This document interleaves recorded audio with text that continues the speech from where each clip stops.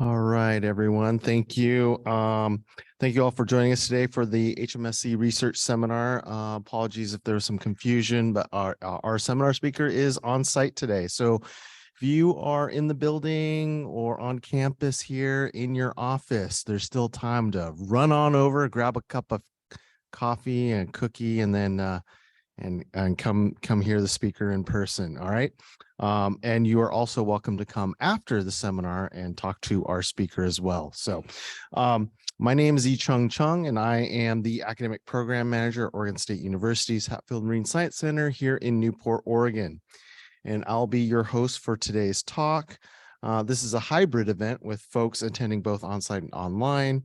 Rose is our hybrid support today. Thank you very much. And please let Rose know if you are having any technical issues online so that she can assist or let us know on site so we can fix that. For those of you online, we have your mics, cameras, and screen share off, but please ask any questions you might have using the chat at any time, and we'll answer any questions at the end of this talk. If you put a question in the chat, we will read it out for everyone. You're also welcome to raise your digital hand at the end of today's talk, and we will be letting you know when it's your turn and help you to unmute your mic. Of course, for those of you in the room, if you're not already, please make sure you sign in. We'll be handling questions today at the end of the talk. If you have a question, please raise your hand and I will bring this mic to you so you may ask your question and so the folks online can hear. We are recording this event as all of our seminars, and we'll be posted on our HMSC post-seminar web page. So you can, Rose will put that in the chat. Some quick announcements, some brief announcements here. So we have University Theater, OSU's University Theater, presenting They Shall Be the Sea. There is a Way Forward by Abriana 80. So this is in collaboration with the Patricia Valiant Research Center for the Creative Arts and the Hatfield Marine Science Center. Oregon State University's theater continues its 2022-2023 season with To Oregon with Love, with They Shall Be the Sea. There's a Way Forward. This is a new play by the OSU theater student Abriana 80.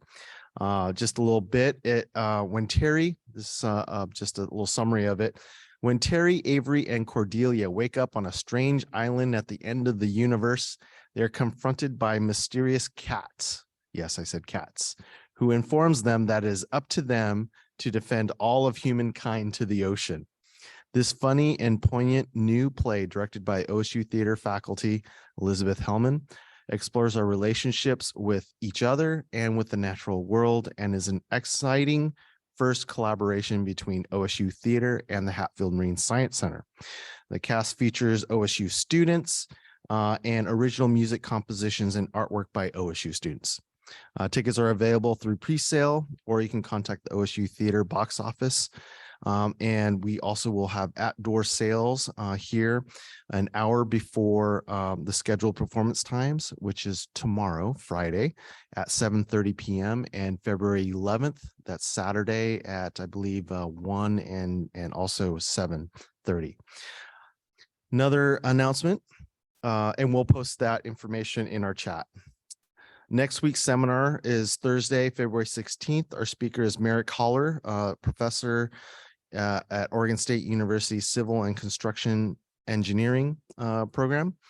The topic will be the Newport Model Test Bed in support of fundamental research for forecasting U.S. Pacific Northwest coastal processes.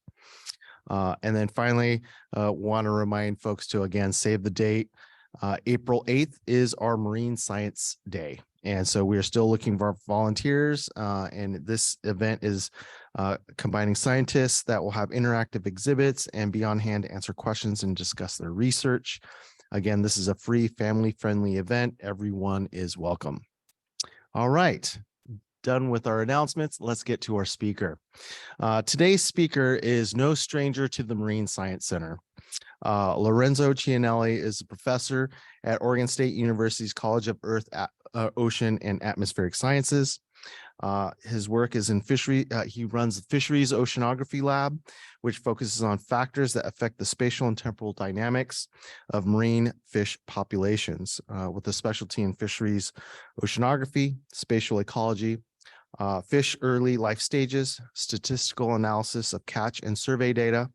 And his background, his education background, he received his bachelor's degree, a laureate in biology from the University of Naples, Federico II in Italy, and his PhD in the Aquatic Fisheries and Sciences program at the University of Washington at the School of Aquatic and Fisheries Science. And with that, will you please join me in welcoming Lorenzo Ciannelli to the stage? Right. Thank you very much. Can everybody hear me also online?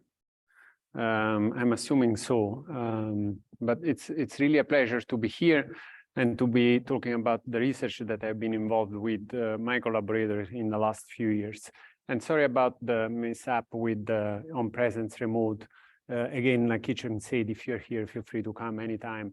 Just walk through the door. That would be great. I'll be very happy to meet with you. So as you can guess from the title, the talk of today's presentation, this has to do with spatial distribution of marine fish, range shift, which are topics which are relevant to global warming and climate change.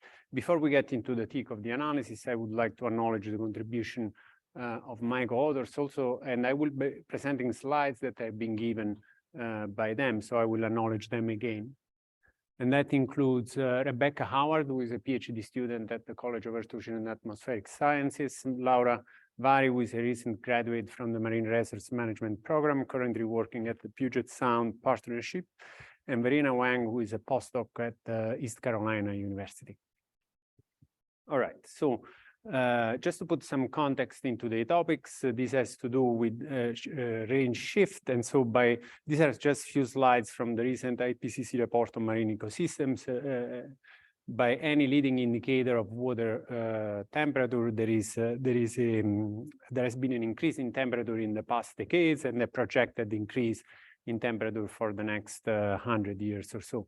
That has consequences on marine ecosystems and will result in, at least those are the prediction, in a movement of many fish species to higher latitude ranges. So a shift from mid to temperate latitude to the higher latitude. And so that results in an increase in biomass in higher latitude, as well as an increase of catch in this higher latitude.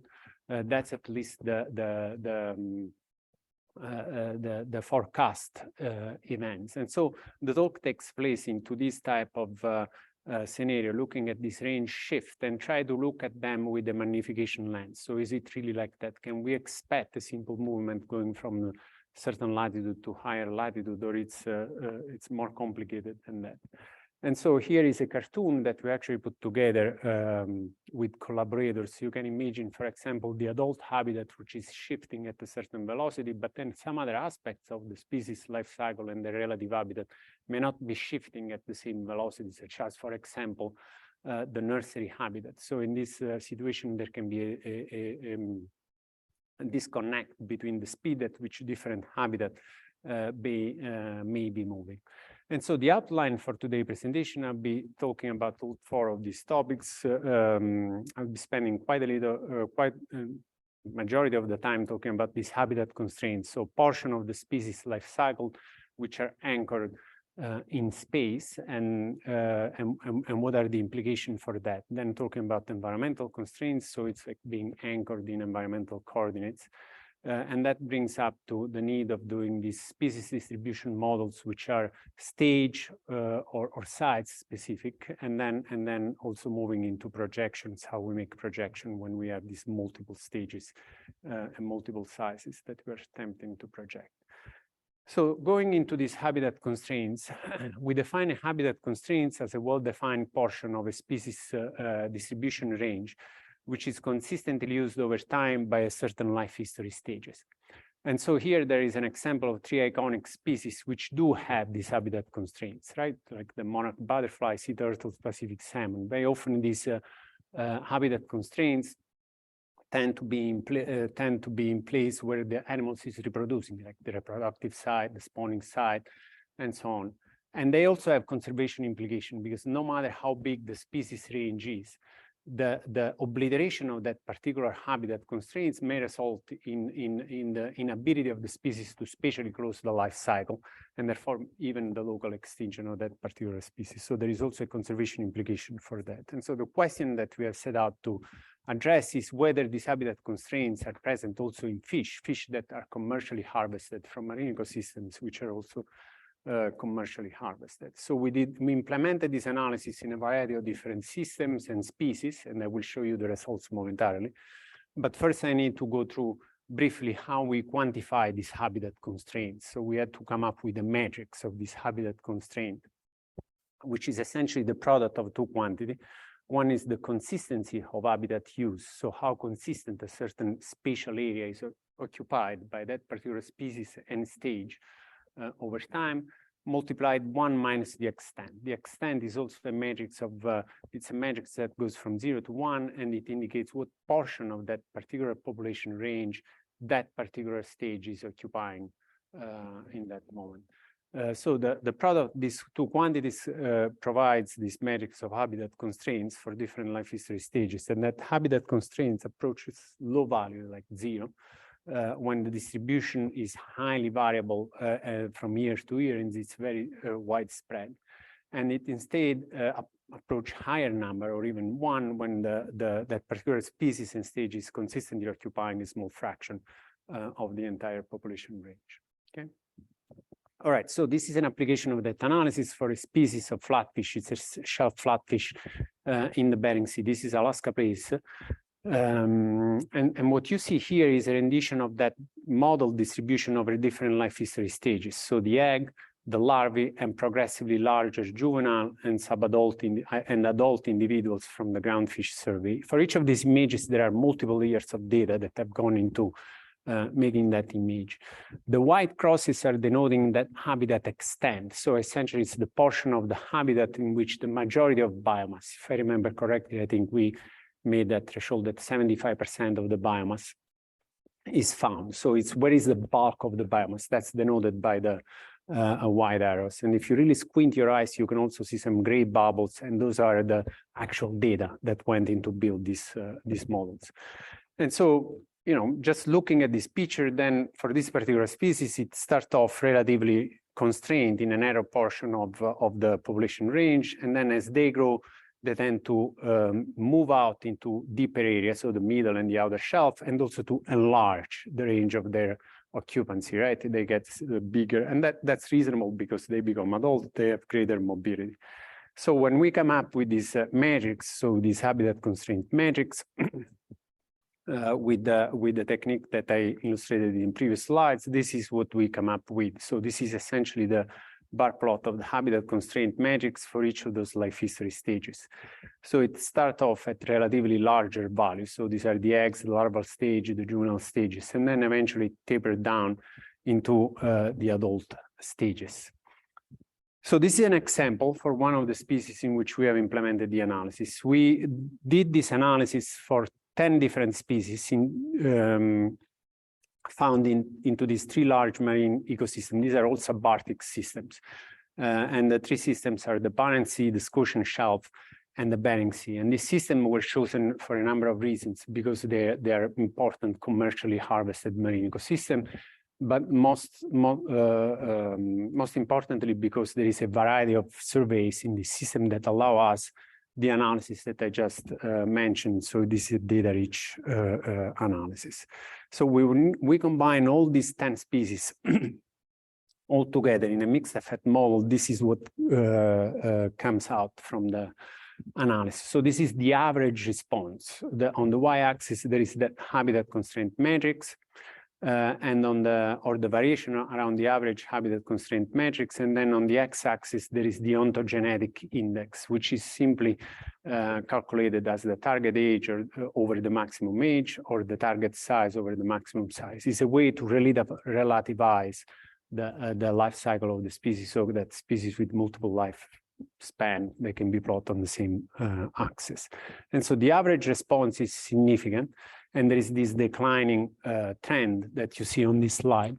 And it signifies, it exemplifies the average life cycle of a species that start off in a relatively high constraint mode. So, you know, maybe the spawning habitat, the nursery habitat, and then as they grow, the species is moving out, it acquires more mobility, and they can move with temperature, salinity, any of those environmental variables that can affect their distribution. That's the average response. But there is also another important feature that come up with this analysis, that the species-to-species variability is actually quite large. So this is a mixed effect model, and the species-to-species variability is several orders of magnitude larger than the residual variability. And so what that signifies is that there is a lot of idiosyncrasy into this thing, meaning that each species is doing their own things. There is a lot of, you know, that habitat use is changing over different species.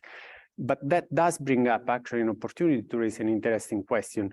And the question is whether the life history of each of those species, the life history strategy, can help us to explain the way in which the species is utilizing their habitat through the life history, whether there is some sort of correlation there. And so this is what we attempted to do next. This is essentially the dissection of that previous relationship for all 10 of those species. This is now a fixed effect model where we can actually estimate each of those relationships. And they are ordered based on their significance, going from the least significant to the top left to the most significant relationship on the bottom right.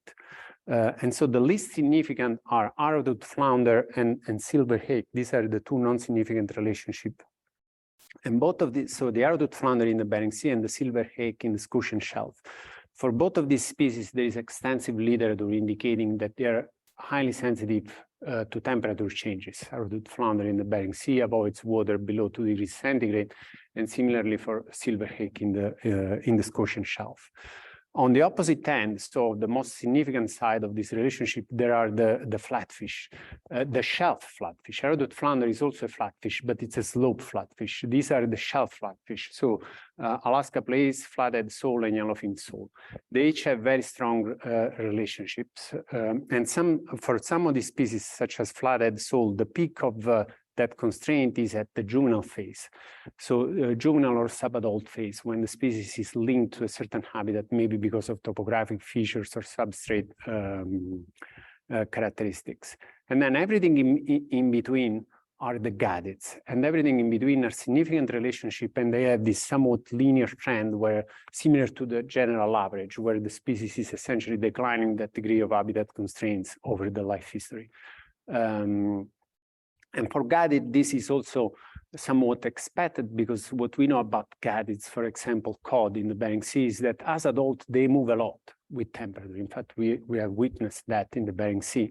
But as during the reproductive phase, they're constrained to go back into their spawning habitat, which tend to be fairly anchored in space.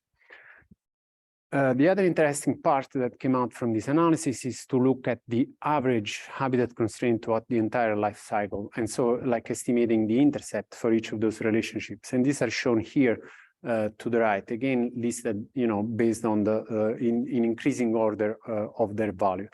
So the species with the highest overall degree of constraint through the life cycle are these shelf flatfish. And again, that's somewhat expected because they have these linkages with habitat characteristics. And those with the least degree of habitat constraints tend to be these gadgets, which are highly mobile as adult. And this gradient going from most constrained to least constraints, in a way, also divides species in between those that are geographically constrained and those that are environmentally constrained. So for the geographically constrained, those are the ones which the distribution is really dictated by features that do not change with the changing climate, right? So we can expect for the species not to have that drastic northward shift like we have seen, for example, for some of the species in which there is more of an environmental constraint. All right, so we published these results in a paper that just came out. But then we got very excited about this, and so we tried to enlarge this analysis and implement it to other species in other marine ecosystems to see if we enlarge our sample size, what can we gather out of it. And so that's what we did in this project, which has been funded by the LAMFEST Ocean program we started last year. where it's a multi-objective project, but in part of it is to implement this habitat constraint analysis to different marine ecosystems. And so we gathered the actually in November for a project meeting, and that picture was taken at Cape Perpetual. So the next slides that I will be showing are from the postdoc involved in this analysis, Verena Wang from the East Carolina University. The analysis was implemented in the Northeast Shelf and in the California Current system. And as you know, for both of these systems, we have a variety of richness of data. So I'll show you some of the results that we are getting. And these are really off the press. I got some of these slides just a few days ago. So this is happening as we speak. So let's start with the Northeast Shelf.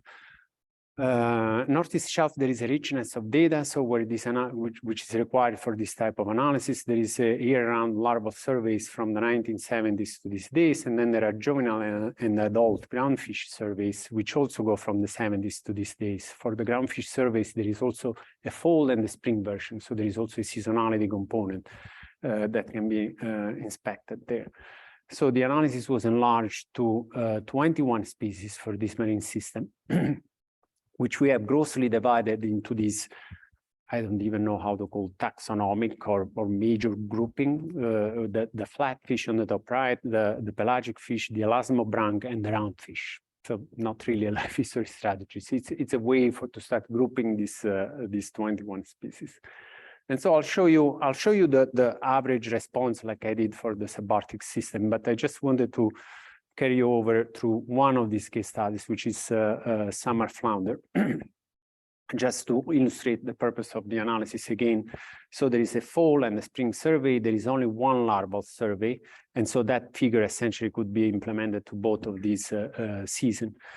And then the progressively larger life history stages. The area in red is indicating that area of habitat extent, so where the bulk of the biomass is. And for this species, the interesting part and for this data set, is that in addition to having an ontogenetic difference in the use of the habitat, the expansion and the movement to larger area, there is also a seasonal movement. So the fall distribution is more inshore, and the summer and spring distribution divert to the offshore areas.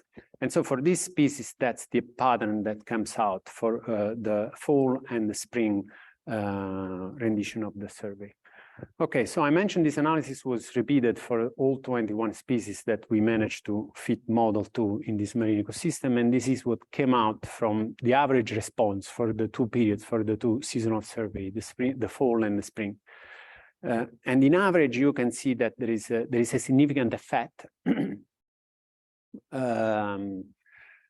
Perhaps not as strong as we have seen for subarctic system, but still significant, and with this declining trend. Again, this sort of like average life history in which there is a more constraint early on and less constraints later on in life. When we dissect the species, with this fixed effect model to see at each of the responses, then there is a lot of variability. We have grouped now these species, color coding them by the four major categories I was illustrating before. And so if we look at the responses of this, the average responses for each of those four categories, that's what comes out with for the fall on the top and the spring on the bottom rows. So the flatfish and the pelagics are the one in which we can see these sort of like average responses in the way they are using their habitat through the ontogeny. Whereas for the roundfish, that's more than the guided. That's a type of they include also non-guided species, that green category. So for the roundfish and the elasmobranch, there is no significant response. Okay, so moving on in another portion in which we implement this analysis, these are slides that I literally got just 2 or 3 days ago, but I wanted to show them here because, of course, they interest us being implemented in the California current system. There is a richness of data here too, and so there is a groundfish survey. So that's the West Coast Groundfish Survey that has been conducted annually since 2003. So we have data from 2003 to 2018. And there is also a post-larval young of the year survey throughout the entire coast. And that's the combination of two different surveys, the rockfish recruitment ecosystem assessment survey and the Northwest Fisheries Science Center pre-recruitment survey. And so these are respectively the green and yellow dot that you see on this map. And when we include also this post-larval and young of the year throughout the entire coast, then we are limited to 2013 to 2018, because that's when the full extension of the coast has started. So for 7 of the species that we have looked in the West Coast, the species listed here, we are including also post-larval and young of the year. The species that we choose them based on a diversity of life history strategies, but also so that we have enough data to actually fit the model, because we're still trying this. Sometimes the model doesn't fit because there is not enough of them in the collection. But so far for these 7, it has worked. So we did the entire analysis to 29 species, 7 of which are the green one in these slides, are the one for which we have also the post-larval and the young of the year. Again, grouped into these large taxonomic groups that you see there. So the majority of the species are rockfish. The majority of the species included in this analysis. So when we take the average response, again, that's the average response across all the 29 species, no significance. So there is no pattern in which no recognizable, statistically recognizable pattern in which the species is utilizing their habitat through the life history. When we dissect it based on these 4 major groupings that I was showing on the slide before, also no major significance. Maybe there is something for the cartilaginous fish, but not for the other groupings.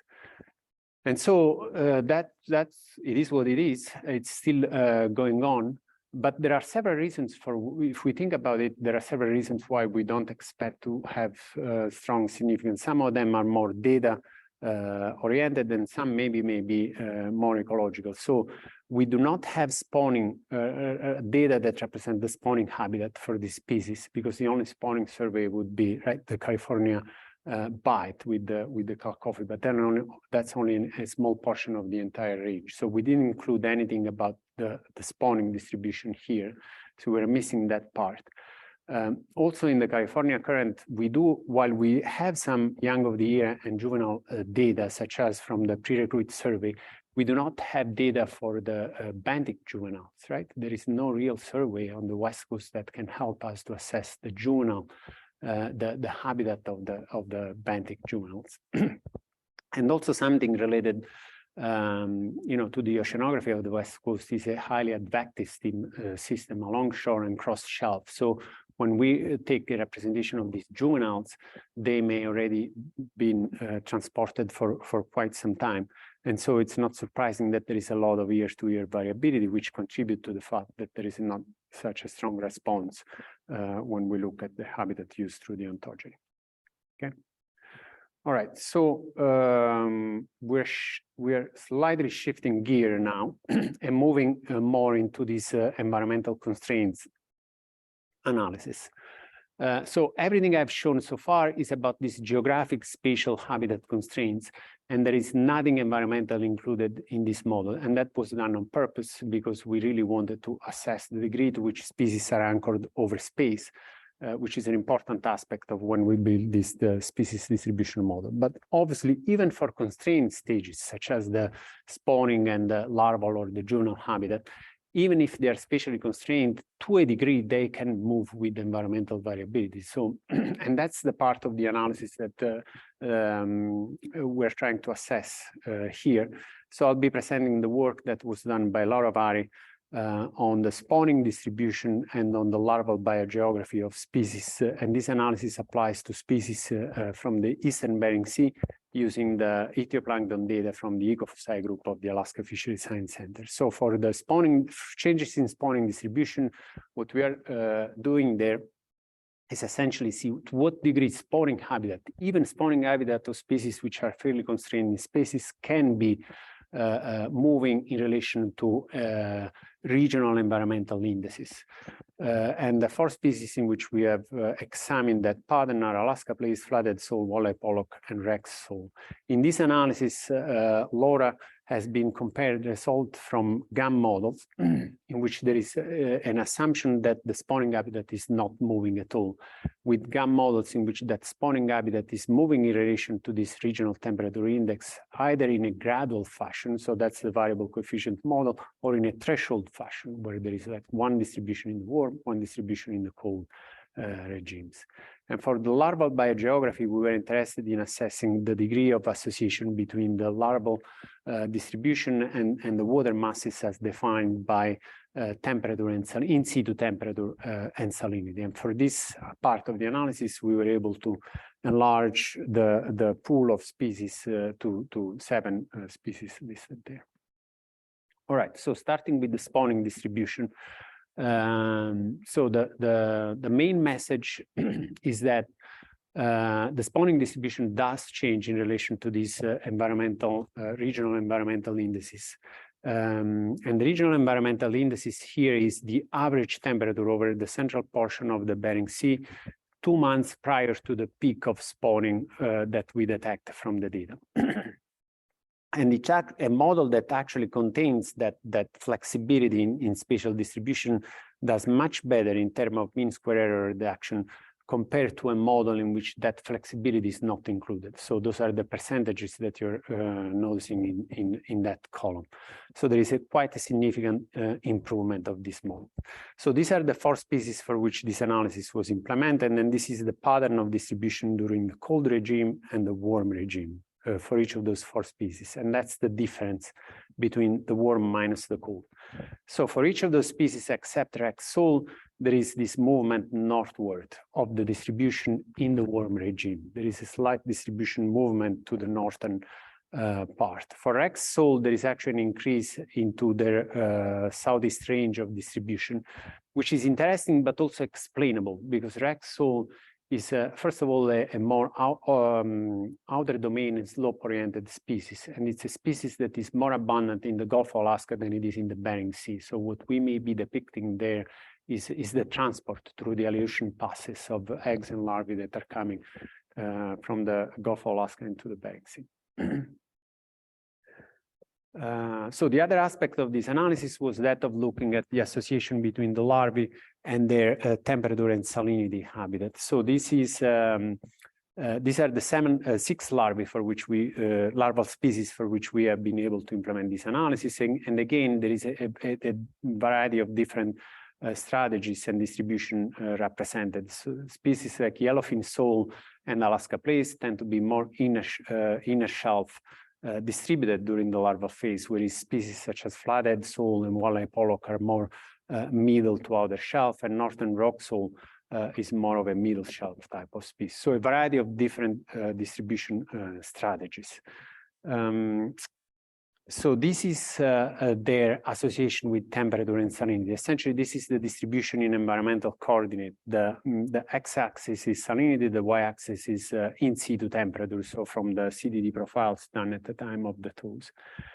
And the interesting aspect that came out from this analysis is that even if certain species exist, so should back up just a second here, what we are seeing here, the black and white area, the grayscale area, it's essentially the entire range of distribution. So it depicts the places where that particular species is found during the larval phase. The color-coded area in viridis is the area in which 65%, the bulk of the biomass is located. So even for certain species, even if they exist over a large range of temperatures, say for example, flathead sole, walleye pollock, they can be present from -1 or 2 degrees centigrade all the way to 10 and beyond degrees centigrade. The bulk of the biomass is actually present only in a very narrow range of temperature, like from 8 to 9 degrees, something like that.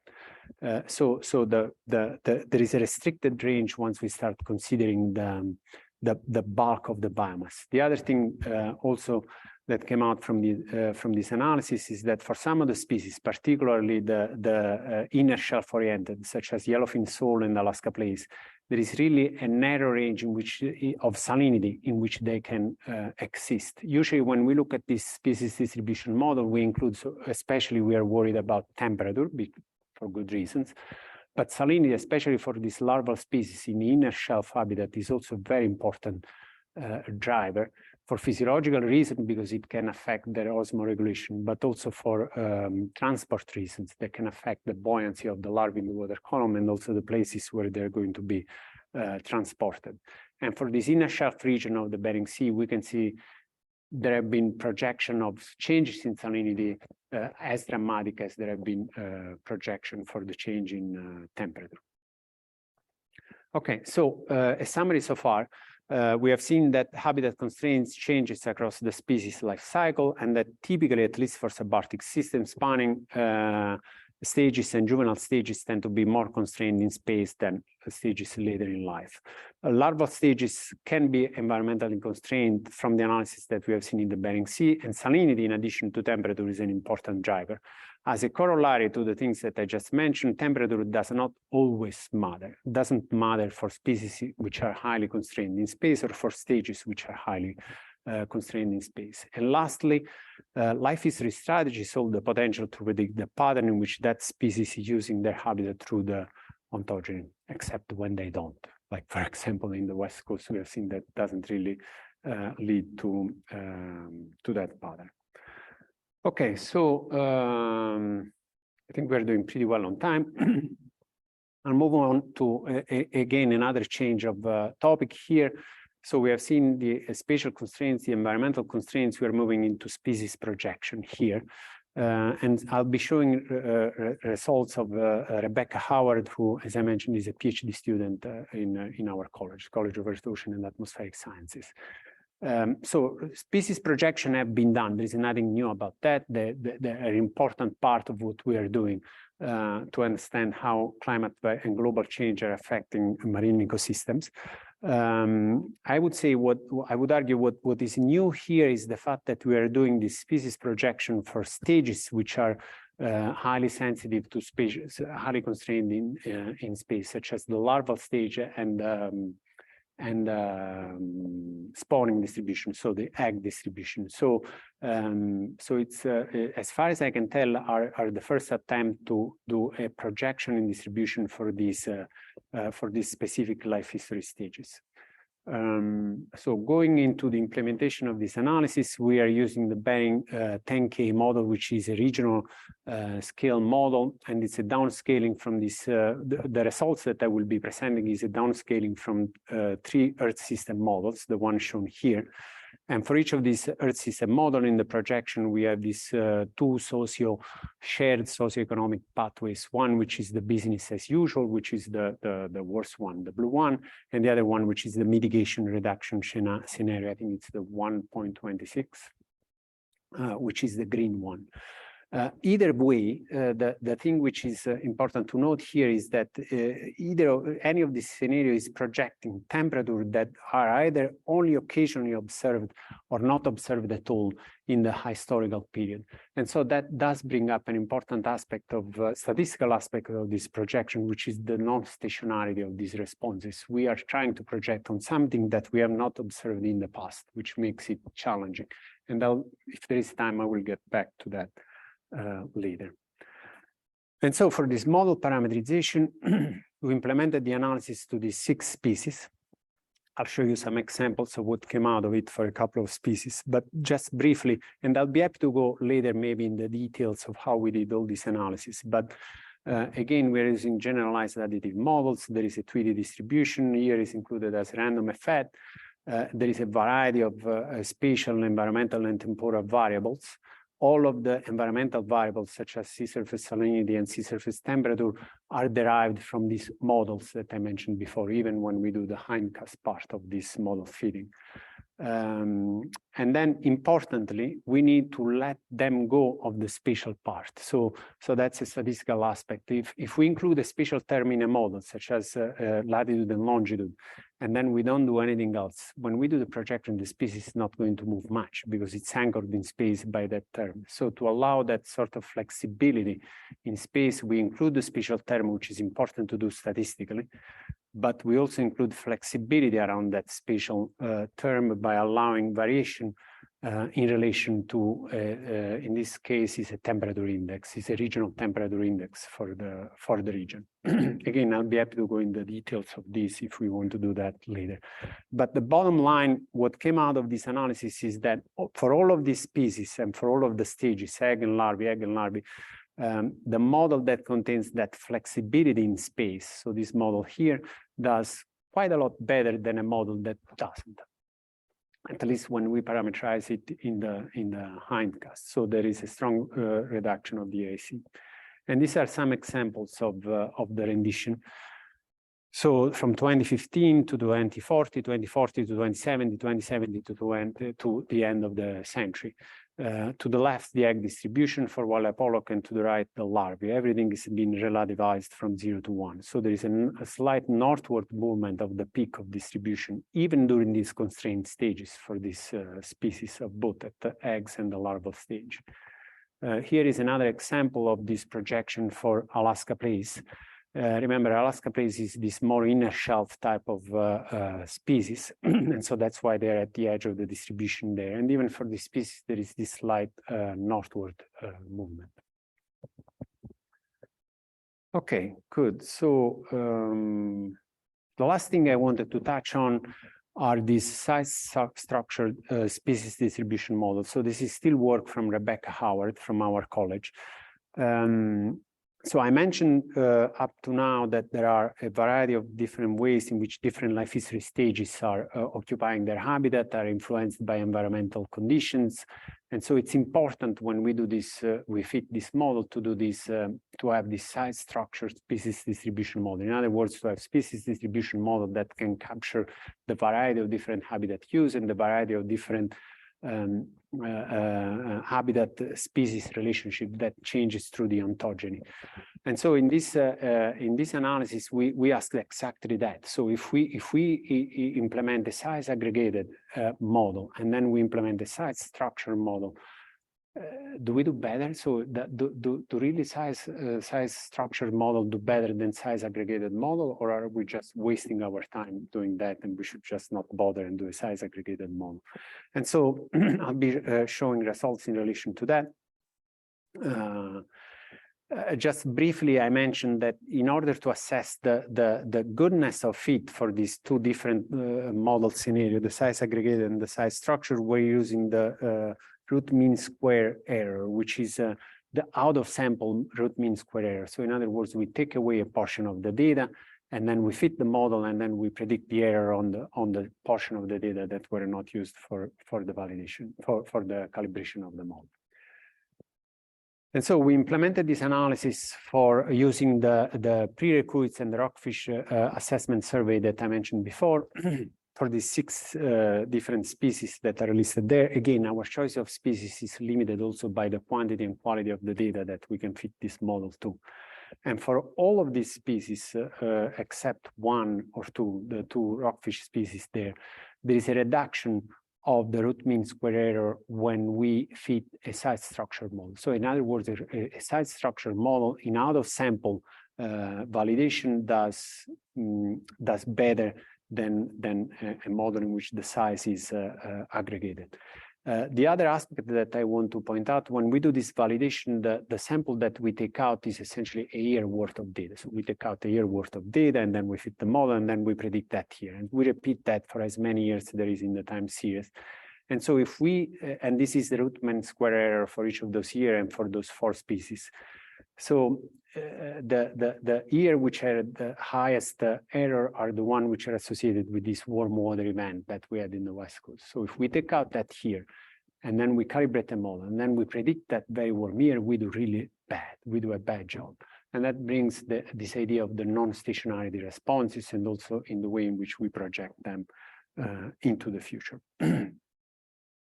So this is analysis, all of that are analysis to be continued. We are actively, trying to fit models to more species and try to see also instances in which it's really worthwhile to fit this size structure model. We don't claim that it's important to do it for every species. Maybe for some species, it's not necessary. You're just doing fine doing a size aggregated model.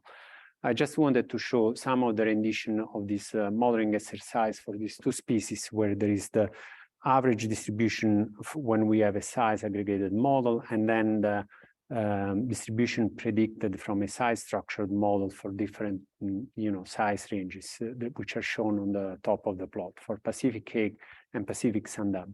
And for some of the species, there is a difference in distribution. Like, for example, for sandab, when they get larger, they tend to occupy a larger portion of the habitat compared to when they're small. And so that may explain why it's better to use a size structure model.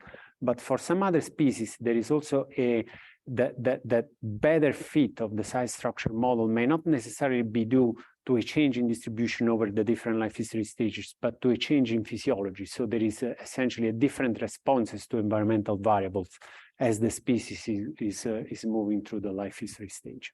And this could be the case for Pacific hake, where we don't see a drastic change in distribution, but we do see a difference in the way in which they are responding to environmental variables.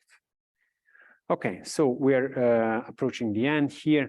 The summary, everything I said so far with regard to habitat constraint and environmental constraint analysis. And then the last two things that I showed, these size structured models that tend to be more skillful than size aggregated model, and then the projection of species distribution also for these sensitive and spatially constrained stages, and some of the statistical challenges that came out of it. So these differences in ontogenetic responses that happen through the different life history stages, the need to include spatially and temporally variable terms in order to have that shift in distribution and shift in response, and then the non-stationarity of these relationships that can present a challenge when we try to project, say, 100 years from now.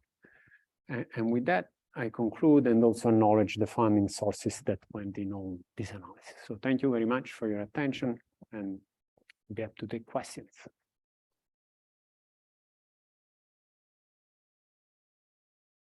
Great presentation. Do we have any questions in the room?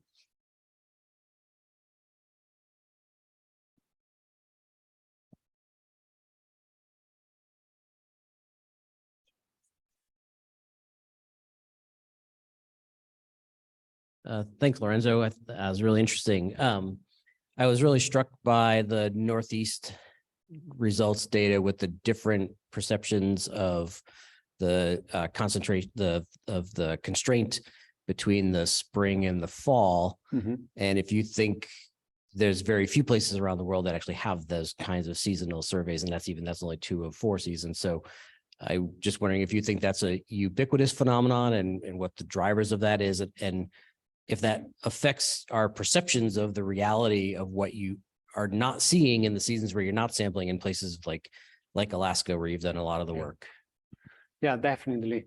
I think, by reflection on what you just said, I think our subarctic analyses are biased by the fact that we have only the summer data. I mean, usually we monitor the species in the most mobile stage during the time of the year in which they move the most, right? They move the most during summer, and they move the most when they're big. And that's when we monitor them. And not surprisingly, we see these strong responses of the species with temperature when, all these models are projecting northward shift, but there is always this anchor. I think for that Northeast shelf, we are very lucky to have these 2 seasons, and it's probably a reflection of the spawning, phase. In a theoretical way, when we look at this pattern of habitat used through the ontogeny, we should see, if indeed they are really constrained during the spawning phase, they should start highly constrained and then go down as they grow through their life cycle, and then go back up, right? I mean, they should go back to where they spawn. But we don't see that for this subarctic system, only because we monitor them in the summer. So we are missing, yes, we are definitely missing a large portion of the dark side of the moon.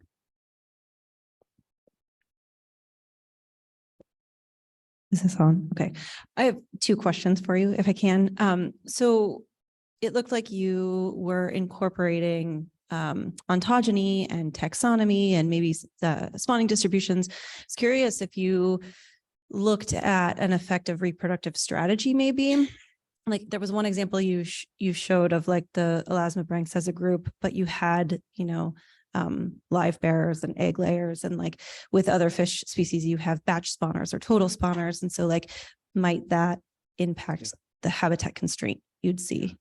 Yeah, no, that's a great point. I think it's a way in which we need to think about when we start, subdividing the species and calculate these average responses. I forgot to mention that for the West Coast, one other reason why we didn't see those for, California current system, we didn't see those strong responses of habitat, constraint over the ontogeny, is that the majority of the species are rockfish that we included in those analyses. So they don't really have a spawning ground. They have a parturition site, and maybe that is not necessary to be as constrained as it could be a classic spawning site for a gadid, where they gather in a canyon or in a bank for their spawning. So I think that reproductive strategy could be a very important way in which we can try to dissect or group all these species and try to see if any more interesting average response comes out of it. Yeah. Okay, and then my other question was, do you have any thoughts on why those two rockfish species, why the models didn't improve when you had a size structured model? Yeah, I mean, the only reason why, it's because either they don't change much the distribution as they grow through the ontogeny, or because the environmental variables that we have included have a similar effect throughout the ontogeny. Those are really the two main drivers. And I think for those two, I can't really tell because can't remember now how their distribution changed to the life history stages, but it's either one of those two reasons. Yeah. The other thing is, so when we did those size, the last thing that I showed is only the data have only been fed to the pre-recruit surveys. So essentially, we are not really capturing the adult stage.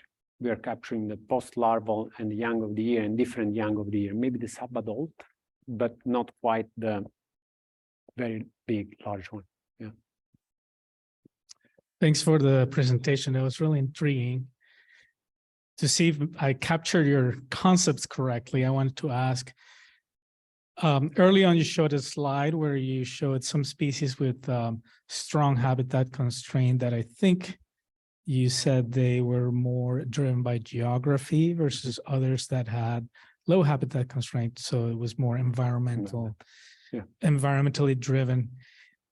So as a follow-up to that notion, for species that are geographically constrained, what is driving that constraint and what's underlying that geography? Yeah, that's a great question.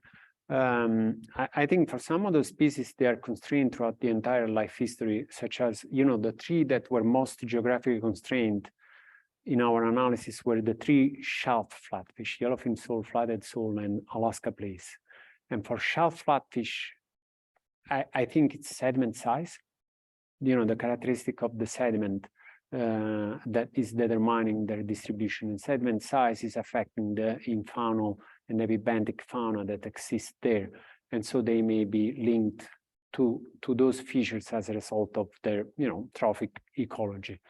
For other species, such as, that tend to be so strongly geographically constrained over only a certain portion of their life cycle, such as, for example, the gadid, I think it's a reflection of the evolutionary history of the species that makes them to spawn over certain topographic features that eventually, result in a constrained spatial distribution. And some of the things that go into that, determining that distribution in terms of evolutionary constraint may be, the social structure of the species, whether they are traveling as a school or whether they are traveling as solitary individuals. So, for example, the pelagic that travel as a school, they don't necessarily need to meet always in the same place at the same time because they're always together. They can reproduce, along the way. But for gadids that maybe during the summer, gathering at the same place at the same time becomes an evolutionary adaptive strategy, because otherwise they have a failed reproduction event. So it's there has to be no ambiguity in the way in which they are going to meet at the time of the reproductive event in order to fulfill, to have a successful completion of the life cycle. Another important determinant could be the developmental characteristics of the species. For some of the species, such as, for example, large flatfish, they have a very long developmental, embryological and developmental phase through the metamorphosis of the larvae all the way to the juveniles. And that takes a long time, and that cannot be changed quickly from an evolutionary point of view. And so I think that constrains their distribution in the sense that they need to be far away from their settlement habitat in order to have the time through the drift to complete their development and to then be ready to the settlement phase of their life cycle. So it's a combination of both ecological and evolutionary constraints, I would say, that will affect their geographic. Yeah, that's really cool. Just to share with you a little bit, working on similar models for whales especially, we're finding that some of them have that very geographic rather than environmentally determined, say, site fidelity through models. And we have been explaining that in terms of memory, because for large mammals, especially in the terrestrial environment, it's long been known that certain species have fidelity to certain sites that are carried through memory processes or cultural processes that basically trump any sort of environmental variability. So we've been going that route from sort of the terrestrial takeover, but it just struck me that you're seeing the same kind of thing in some fish species. So I wanted to hear your perspective. Thank you. No, that's interesting, because there is a lot of definite social facilitation and memory in fish spawning migration. Yeah, that has been. We have some questions online. Okay. In one model, you had the spatial term varying by temperature, and in another, it was varying by climate index. Yes. Do you think having the spatial term vary by salinity would also be useful, since salinity is important for larvae in areas of the Bering Sea? Yeah. So there are a number of ways in which we can include this environmental variable in the model. And some of the ways in which we have done for salinity and temperature was to include them as either additive or interactive effect. But then for other for this more regional variable, we include them either as a threshold effect, where they are going to shift the distribution abruptly from one state to another, or as a variable coefficient effect. When we do this variable coefficient term, what essentially we're trying to measure the local responses to this large scale index, which could be either a regional temperature index or a climate index, such as the PDO or the MPGO and so on. But yeah, we could do that to salinity. I mean, the thinking there is that this large, so I guess depends on the scale of integration in which we want to, when we include this variable coefficient term, we take regional or climate indices because it's a larger scale of integration. We are kind of trying to postulate, okay, if there is a large scale change in the environment, how are things going to change? And we give that flexibility to change in different ways depending on the location. But when we include an in situ variable, it's more of like a smaller scale localized effect, such as salinity. So it's like salinity here is not good, I'm going to go over there where it's going to be a little bit better. It's more of a localized response. But yeah, it would be interesting to have a salinity, if we can think about the mechanism through which the regional salinity through transport, for example, can affect the overall distribution of the population. That would be very interesting to include it as a variable coefficient term. Yeah. Next one is, how do you plan on addressing future predictions with warmer water when we see the model performs poorly with the warm water anomaly years that have already occurred? Yeah, that's a great question. I think every time there is a non-stationary, we call it a so the non-stationarity is essentially a change in that relationship between the environmental variables and the species response. But what we call non-stationarity is essentially partial understanding of that system, is an understanding that is inadequate to represent that system. And so it can either be due to an interaction. So temperature may not be the only variable. It may be an interaction between temperature and salinity, or it can be usually this non-stationary relationship can also be a reflection of the physics. So when the temperature increases beyond, temperature is always a proxy variable. It represents a million other variables that are changing in the environment. So the relationship and these million other variables that between temperature and these million other variables that are also changing with temperature may be one type now, and it can be of a different type in the future. That is more of a physical driver of this non-stationarity. And so, for example, an example is with the PDO, for example. The PDO has a certain temperature index here on the West Coast, but if we look at the projection of how the PDO is affecting the temperature in the West Coast, they're going to be different from what they are now. And that's a physical reason. So I guess the bottom line, I think, if we can get to a more mechanistic understanding of either the potential interaction between different variables, temperature and salinity, or the non-stationarity driven by the physics of the environment, so how this relationship between temperature and other covariates that correlate with temperature are changing in the future, then I think we can try to make a more informed forecast. One last question online. All right. Wondering if the wondering if the coast-wide acoustic trawl surveys that have been conducted for coastal pelagic species have been considered for these analyses. The surveys have been done from 2006 to the present, not as long a time series.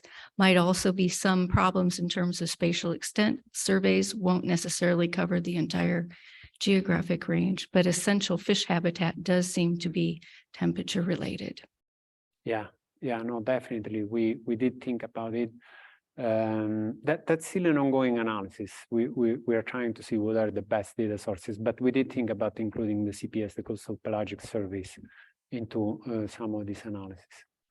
For the West Coast, I think we can get a good representation, at least for a number of species, of their pelagic juvenile stages, but I do think we are still missing any representation of the benthic juveniles, those that are settling to the bottom, especially close to shore. The West Coast Groundfish Survey only gets to 55 meters, the shallowest depth. I think of the Oregon coast is more like 60 meters. So we are really missing, an important part of the habitat where we do find actually a lot of benthic juveniles settling that will eventually move offshore. Yeah. Hey, thank you. Thank you, Lorenzo. Thanks for joining us all, and let's give a hand. And if you want to reach Lorenzo, his information is on the CEOAS website, and you can check our website for more information. Thanks for joining us. All right, thanks.